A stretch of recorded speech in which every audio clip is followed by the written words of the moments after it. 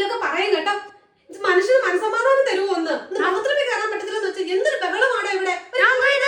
ഇത്ര ബഹളം ഉണ്ടാക്കിയത് രണ്ടും കൂടെ ഒന്നും ചെയ്യുന്നില്ല. നീ രണ്ടും ഒന്നും ചെയ്യുന്നില്ല. നീ ഈ വെക്കേഷൻ ഒന്ന് തീർന്ന് എങ്ങനെയെങ്കിലും സ്കൂളൊന്ന് തുറന്നാൽ മതിയായിരുന്നു. അറ്റാക്ക് വന്ന് ചാവും ഈ പ്രായത്തില് ഇങ്ങനാണെങ്കിൽ. പൊക്കോണം കേട്ടോ.